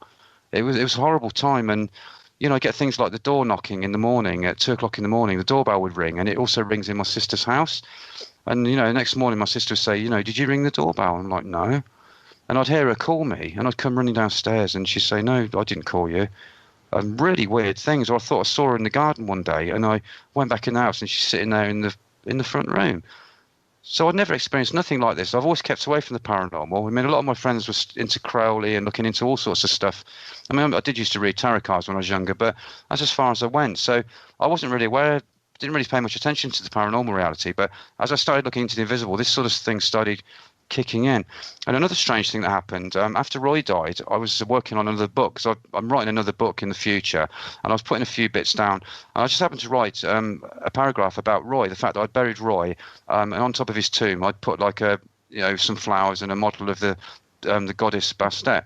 Yeah. And what happened was I went downstairs to do something, came back up, and the whole sentence that I'd written, it was like the top sort of like third of each letter had come off and moved slightly to the side. So it looked like total gobbledygook. Yeah, I actually took a photograph of it. Well, what was this? Was this on a computer, or was it handwritten, or what? No, this is while I was writing my book, Quest for the Invisibles. I was mucking around with a few extra chapters I was going to put in at the time, which I didn't in the end. I'm saving it for a new book. So it was on the computer? Yeah, but it only happened on this sentence. There's a sentence that said, something like, so-and-so on so-and-so in September, I buried my cat Roy, and I talked about how I'd said some prayers and put some flowers on, and I'd basically put this bronze model of Bast on there, the cat goddess, and the whole line, including the bit about Bast, basically the top portion of the word came off of each letter and moved slightly to the right. So the whole sentence looked really weird. It looked like some kind of archaic writing that didn't make sense, and it only happened on that particular paragraph. And and things that happened, I'd turn around and the computer would be switched off. I was getting really worried, because I'd written my whole book on Word. You see, I only did it for myself. I didn't expect to get it published. But when I wrote to Trevor James Constable's publisher, he was interested, and he said, yeah, I'll publish your book. I'm like, wow. So I was really paranoid about losing it. So I was making all these different backed up versions. But very strange things happened. I'd be writing away, and I'd go to save it, and it wouldn't save, and then the computer switched off. But I was also getting my computer attacked around that time as well. I had a lot of problems with cars watching me. I had my equipment seized by US Customs, and as a result, I was going to say, when I was writing my book, The Psychic Spy, I was tapping into a few Russian intelligence areas, and I had a lot of strange things like that happening with my computers. Yeah. Well, I'd get to the point where I'd put my computer on, and the moment I put the internet, the moment I flicked it, there'd be like 60 IP addresses attacking my computer. So I had to take the computer offline in the end and get another computer. But I had a lot of problems. My equipment I send off to America to get turned into ultraviolet. Well, I'm doing it as an English company now. It's a bit cheaper and it's nearer. But the main reason is because my equipment got seized. It got taken off at Kennedy Airport, and basically they were watching me. I got cars blatantly watching me, following me, and my sister, all sorts of stuff. They were, they wanted to know what I wanted the equipment for, stuff like that. They wanted to know why I'd learned Arabic, because I'd learned Arabic, you see, for quite a few years as well. So, okay. I did 5 years of Arabic, so only because my sister lived in Egypt, and I'd love it. Do you know MI6 is screaming out for people at the moment that can talk Arabic? Go and get a job from MI6. I was teaching. I did a little bit of teaching, but I only did it I did it as just for myself. I basically did a college course, and then I couldn't get on a course for a year, so I taught myself the Arabic alphabet, and I managed to blag my way into an Oxford University course. And I did a 3-year Arabic course. I did really well on it. Yeah. I mean, I mucked around at school. I was kind of always mucking around. Listening to punk music, listening to the Ramones and various stuff. I wasn't really interested in school, but I took this very, very seriously, the Arabic. But, a lot of people, it's a very strange reaction from people. Well, why are you learning Arabic? You want to be a terrorist? Or some very silly, things people say. And it was just a general fear that was around at the time. But I think it must have raised a few eyebrows, the fact that I'd got this high-powered equipment that was quite a good camcorder, and it was costing a lot to get it made into full spectrum. Plus, I was buying loads of other bits and bobs. Plus, I bought a Geiger counter. Yeah, you wound up on a few watch lists there, I can imagine. Yeah, so I don't think I'll be able to come over to America and be a guest on any shows anytime soon. Did you get it back, though, Nick? Yeah, I did after about 2 or 3 months. I got no, it's probably about 8 weeks or so. I got it back. It came back through, yeah, and then the cars disappeared. But I had people getting on the bus following me. It's a long story. Don't really want to go into too much detail about it on the radio, but yeah, it was a very trying time of life because I had all the supernatural stuff going on at the same time, and I was very stressed about getting my book out because I've never written a book before. I mean, oh God, I've never really been a big reader, to be quite honest with you. But I'd actually got this book and someone was willing to publish it. And I was like, wow. So it was a lot of strange new sentences, that was happening to me. I was, upset because of losing Roy and a bit up and, very elated about getting the book out. And it was a very hard time for me the last couple of years. Yeah. It's not been easy, and there's no exaggeration. But, you just got to get on with it. That's all you can do, really. Yeah, that's true. That's very true. Well, Nick, what is one of the weirdest experiences you've ever had? Well, to be quite honest with you, it's something that happened perhaps about 20 years ago. And I'm a musician most of my life, and I used to go down to my friend's house to jam. He had like a bit of a studio, and it was like a 25-minute bus journey down to another road. Then I had to walk all the way back up the road. So there's a shortcut which went through something called the Lye Valley. And what it is, it's basically like a little nature reserve, and it's only about sort of a 25-minute walk, but it goes really deep downhill.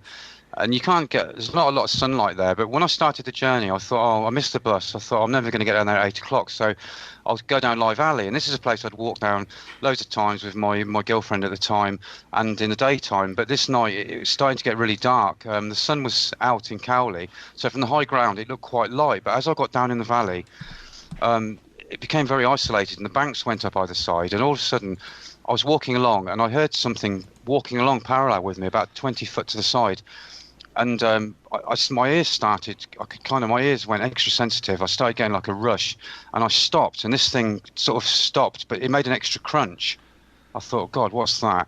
So I started walking even faster and then I stopped again and this thing made 2 crunches. And by this time I thought, oh my God. So I thought, well, I'm going to try and get onto the golf course and run. So I basically carried on running and then all of a sudden I could hear this thing following me and it sounded like it was getting slightly in front. And, I'm walking along a footpath and this thing was in a wooded area where it wasn't easy to walk and it was pitch dark. And what happened was on the third time I stopped, this thing made an extra crunch and then I heard a sort of like a growl sound. And the hair stood up on the side, on my back, and I knew that this thing was slightly in front of me, and it was going to come out onto the path in front of me. So I basically had to run back to Wood Farm. It really, really freaked me out. And I hadn't been about there for 20 years. And Ben suggested we go there the other night. Luckily in daytime, we will go back at night and do some filming. But we went back there and recounted the whole story. But it really freaked me out because I'd never sort of thought of anything in the invisible. This was years ago before I was really into that kind of stuff. But there's definitely something following me and sort of mimicking my footsteps. And I kept catching it out by stopping all of a sudden and it made an extra crunch. And we had a look at the area where I heard this the other day and it was so overgrown. I don't know how anything could walk in the dark, a human, and repeat my footsteps and stop. It's almost like this thing tuned into me. And I'm, Deborah's thinking, it could be some kind of a sort of like a Sasquatchy type thing, but I'm more inclined to think this was some kind of a paranormal entity. But that freaked me out a lot. That scared me a lot. And Deborah's done a bit about this story, and Ben's just released a video called "The Lye Valley Beast of Lye Valley," and that sort of talks about the encounter and shows you where it happened. But I just felt so isolated and out of the way because this place is just right out of the way. It scared the life out of me. But, the Deborah. But by the way, just for listeners, the Deborah that you're talking about is Deborah Hatswell. She's a host. Yeah, she's a host on a new show, The Cryptid Realm. Yes. And what you're describing, I've heard and I've read many stories very similar to that here in the United States, where people are in the woods and they experience what seems like could be Sasquatch, Bigfoot type activity of something following them, pacing them, matching their footsteps. And when they stop, it stops. When they move, it moves, but they could still hear it. And, whether it's a Bigfoot or whether it's, because I know in the UK people sometimes think, well, there's no Bigfoots in the UK, but, we do have some stories of it. And there are stories of all types of other creatures, too. The Dogman. Dogman, yeah. Well, Dogman. I'm very interested in the Dogman thing, yeah. I mean, that's one of the things I've been following, the Dogman thing. I'm convinced that there are a lot of these beings out there. I think they're being put down into, isolated parts of the country. I'm convinced. But I'm very interested in that sort of thing. Yeah.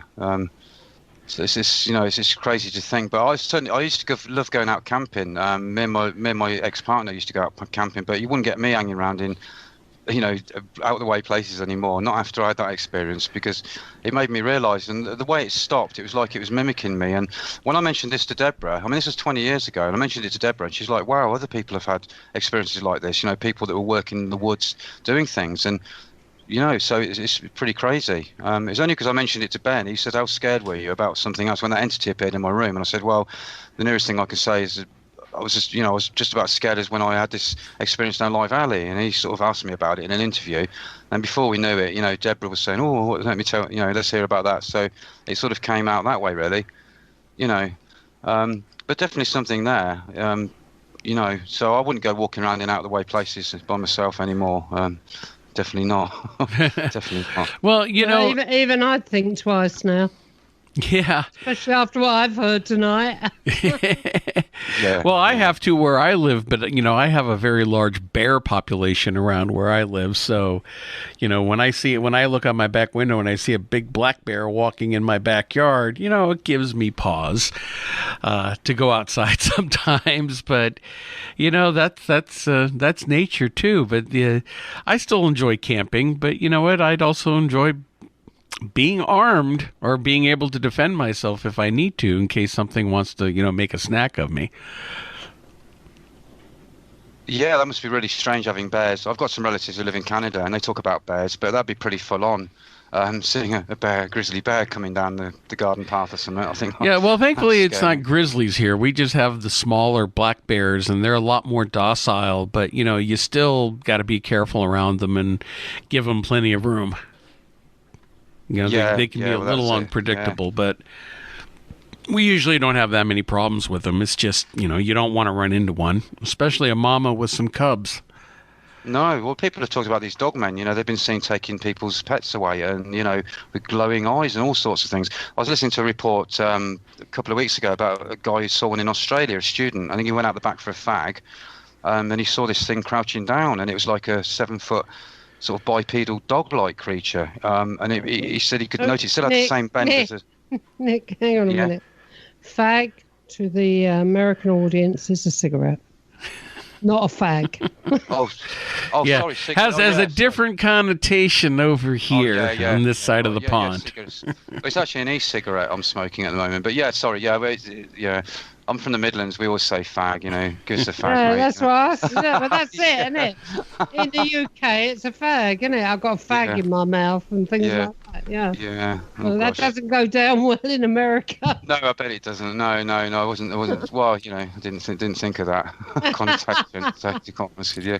Yeah. Anyway, so this fella in Australia. Yeah. He was having a cigarette, crouching down, and he saw this sort of dog-like, humanoid-looking dog thing, and dogs have got like a bend in their foot that separates them from humans. They look very different, the whole makeup of the dog's foot.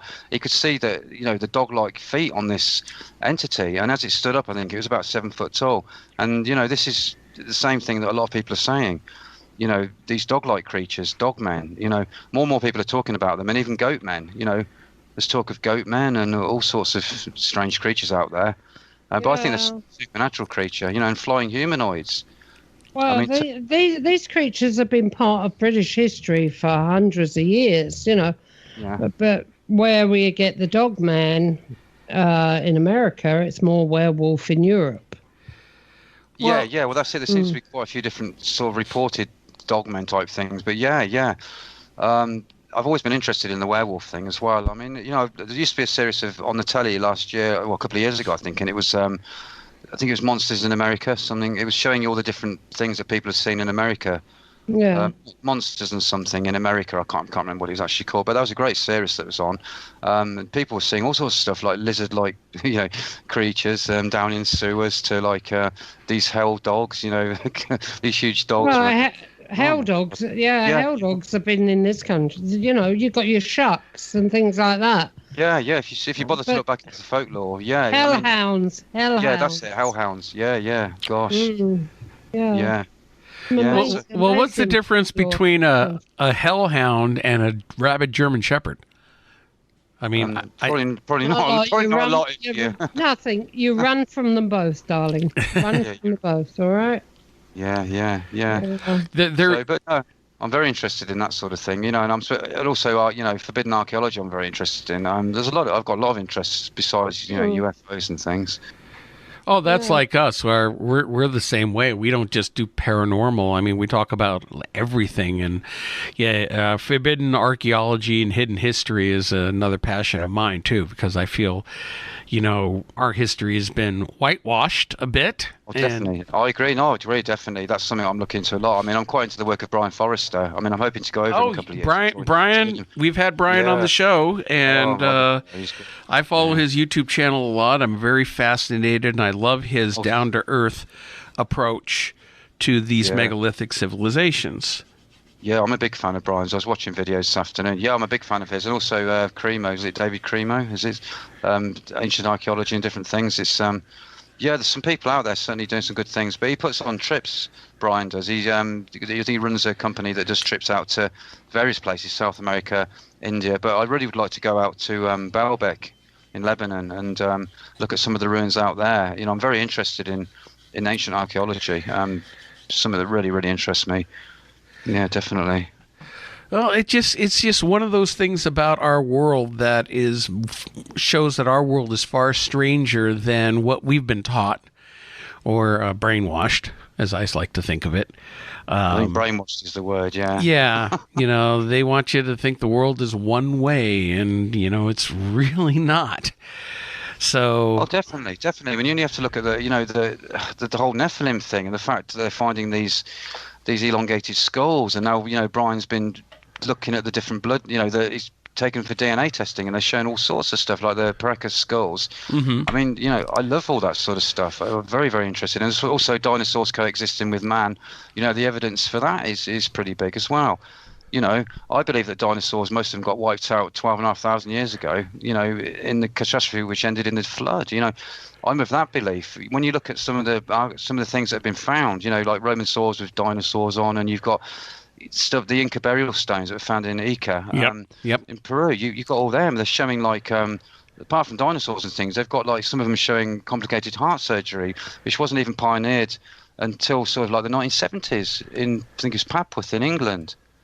But yet these drawings of engravings show heart valves being put back together, and they show dinosaurs and man using dinosaurs as a beast of burden like we do an elephant. And the fact that they're finding they're finding dinosaur soft tissue now with blood vessels in it and blood in it.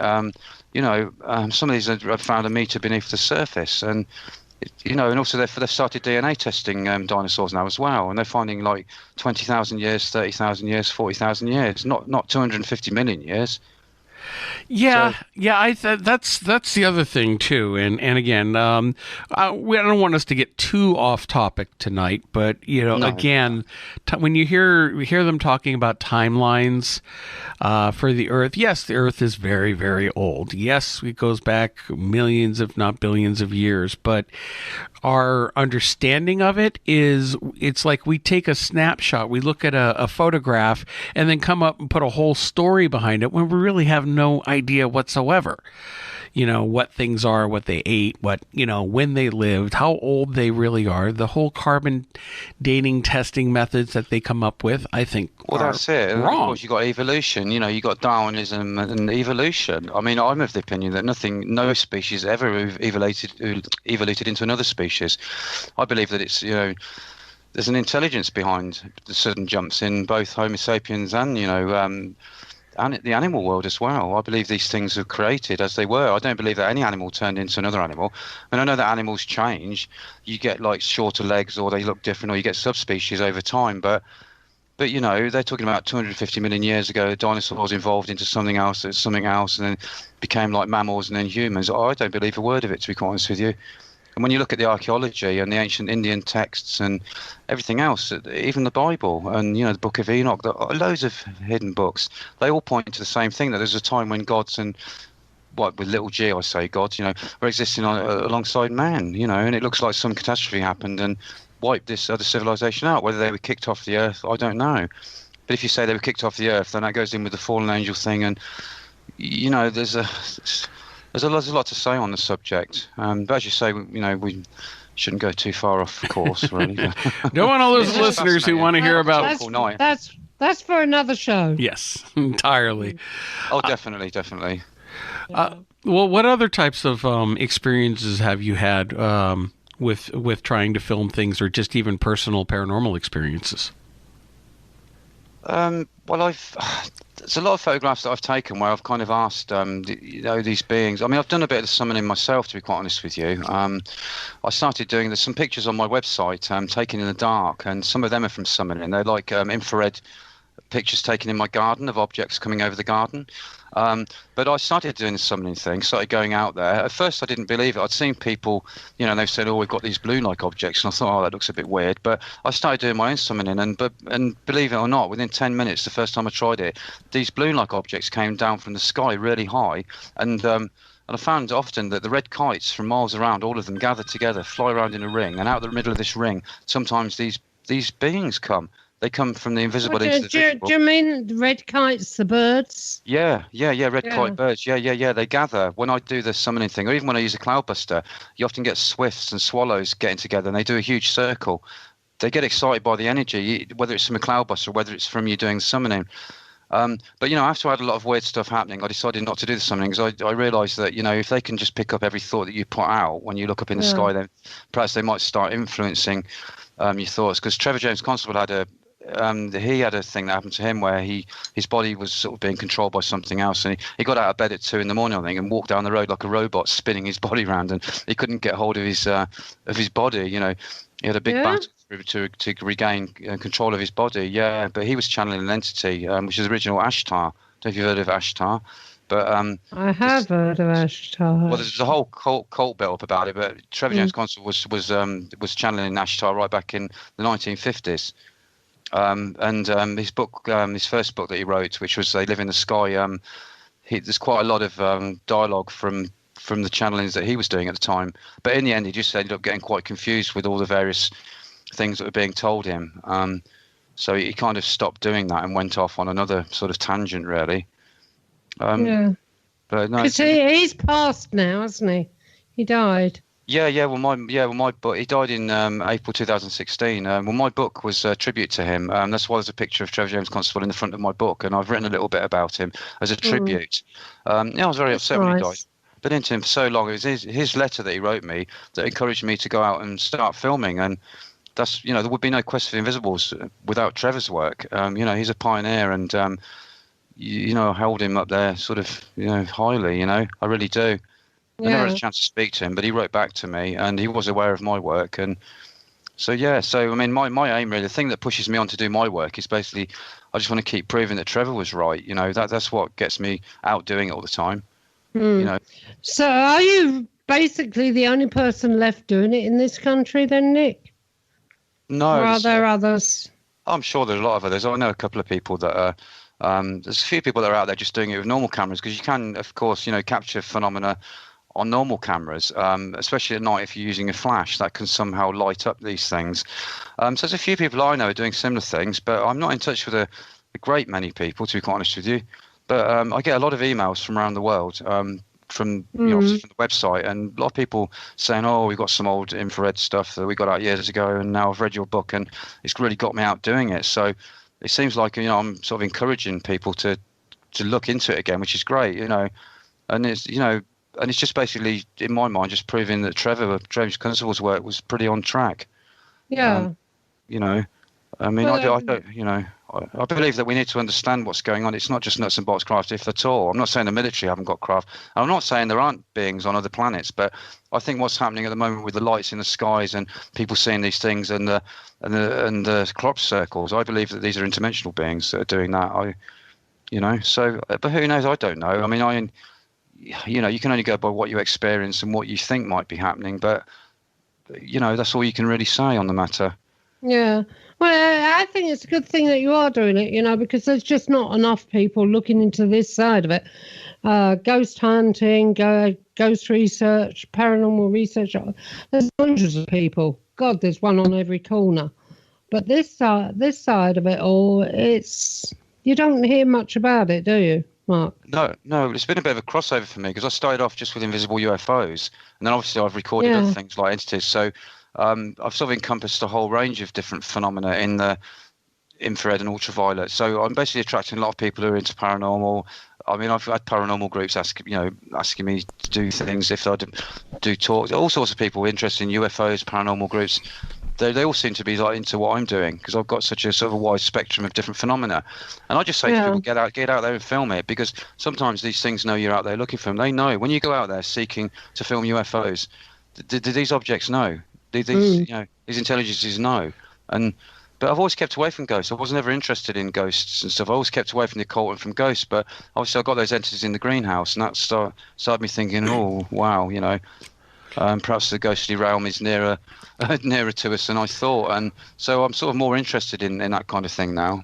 Well, there's also, again, there's especially there in the UK, there are the other legends. There's the other myths of everyone from the Fae to even down where Irene lives. Well, it's a UFO highway where she lives in Wales, but also the Tremor up in the hills near her, which is the local Welsh Bigfoot. Places, around the country that you could even set up and do experiments. I mean, I know that even with the ghost thing, and again, I use ghost with air quotes here because I think a lot of what we see and experience aren't ghosts at all. They could be what we're talking about, these people or entities, people from other dimensions, other realities, bleeding over into ours. And maybe what we're seeing is living, real people still alive, or we're seeing something having to deal with a time shift or whatnot.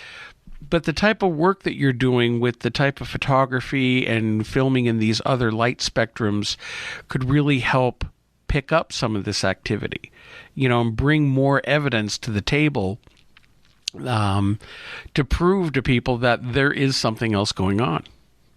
Well, this is what I'm hoping. Yeah. I mean, I'm looking into every part of the invisible reality. I'm just into uncovering as much as I can and putting the evidence out there, and hopefully encouraging a few other people along the way to do the same.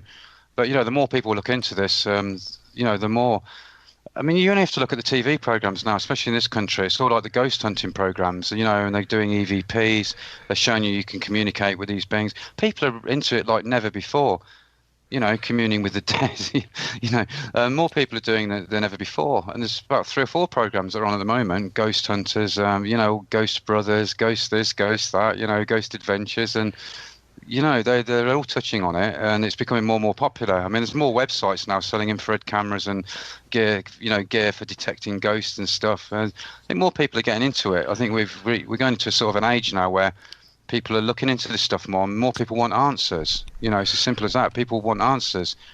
We know there's something more than what we're perceiving. I think, that's true of most people, although some people are just closed-minded and don't accept anything, and you like that, but it's up to them. I mean, everyone believes what they want to believe, but I'm convinced through my work and through others' work that there is more going on, and I'm going to keep on proving it. It's what I do. Yeah, as far as some of the television shows go, I mean, on the positive side, the television shows really have helped to raise public awareness, and more people than ever before are more willing to talk openly about their experiences or to do investigations. And then on the other side of it, you have the negative side of it, which is a lot of inexperienced people not knowing what they're doing, watch something on TV and go out and try to emulate it, or they're looking for a cheap thrill. The others is half these television programs are garbage. They don't, the producers and people who make them don't care a whit about researching the paranormal. They just want ratings, and they'll do anything they can to keep the show entertaining, which means lying. Yeah, So- I'm aware of that. I mean, the only real show that I watch, to be quite honest with you, is Ghost Adventures, where they lock themselves somewhere and they've got the cameras and they do the lock-in. I mean, that seems to be quite convincing, the EVPs they capture and stuff. But the other ones, I mean, I take them with a bit of pinch of salt, to be quite honest with you. Well, I've admitted many times, Ghost Adventures is my guilty pleasure. Now, there's a lot of people out there who think that show is faked. From my experience as a researcher and knowing what real evidence looks like and what's going on, I don't believe they're faking. I do believe they're doing a lot wrong. I think they sometimes misidentify things, but I don't feel that this is one of the shows that is definitely out there to fake things for ratings. I agree. I mean, the EVP thing. I mean, I'll tell you another funny, while we're on EVPs, when my mum died, right, my sister and I went back to her flat. My mum was in her 80s. My dad died a few years before. What happened was we went back to my mum's flat, and it was just straight after the funeral, and we were sitting there tidying up things. And I said to my sister, a friend had just turned up, an Iranian friend, and he just stood there looking at his mobile. And I said to my sister, I wonder where Mum is. And all of a sudden, my mate got a message that appeared on the front of his mobile. It said, just want you to know that when you die, you're not really dead. I'm still here. And that was a message that went to my mate's phone. Not on his inbox, but actually on the front of his phone. Actually on the front of his phone. And when he basically put his phone off that night and put it back on the next day, it had gone. So it wasn't in an inbox. He couldn't send it to me, but it appeared. And, as far as I'm concerned, that was my mum, We were in her flat sorting through her things straight after she died. And that's sort of, that's what he said, just want you to know that when you die, you're not really dead. I'm still here, And I wish it had gone to my phone, but it didn't appear in the inbox, just straight on the front of his phone. Maybe it was because his phone was switched on at the time. We could well have been, but he was very close to my mum as well. He's a very, very spiritual person, Mohammed, my friend. He's not well at the moment, actually, but he's a very, very spiritual man, very, very spiritual man. And I perhaps wasn't so spiritual at the time, but it shocked me. It took me most of the day to actually realise what had actually happened. But yeah, no, I mean, I believe that spirits can talk and things can come over. They can affect electricity. I think energy, with being energy, they can affect things with energy. So yeah, no, it's an exciting world, really. I mean, a lot of these programs might be fake, but I mean, they're out there doing it. But Ghost Adventures is, like you said, it's probably the one I don't think is faked. They may have had a few misidentifications, but they're out there doing EVPs and they get multiple EVPs, and they are catching footage.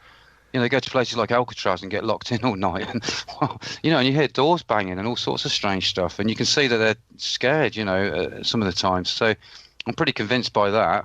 But some of the others I take with a pinch of salt, to be honest with you. I don't really give a lot of my time to watching them, but I notice that they're on all the time. Yeah, like Mark says, he likes Ghost Adventures, but he hasn't got much time for any of the others. I mean, I've watched a few of the others. Usually they bore me because they're just so formulaic. And, if you want a good laugh, you can always tune into Most Haunted. Well, there's one, but there's one over here, there's a lot of screaming goes on. And the only way to really enjoy it is to sit there screaming as well. So while they're screaming, they go, Oh, yeah. Well, you could turn Most Haunted into a drinking game. Every time somebody screams, you take a shot. I just laugh at that program. That's just an obvious fake as far as I'm concerned. I mean, but yeah, I mean, I don't make a habit of watching a lot of them. I mean, I'm quite busy a lot of the time. Obviously, I'm walking. Well, I was going to say walking the dogs, but I've only got Lucy now. But I'm pretty busy. I walk Lucy 4 times a day because I've got a few back problems, so I try and keep myself going a little bit. And I go out every night with Lucy. I take the infrared camera and my Geiger counter, and I walk the streets and go out to sort of out the way places and just walk. I've got a Geiger counter in one hand, dog lead in the same hand, and then a Geiger infrared camera around my neck. So, I spend most of my time actively out there doing my work. And most of the time I don't catch anything. But, when I do catch something, it's pretty good sometimes. Pretty good.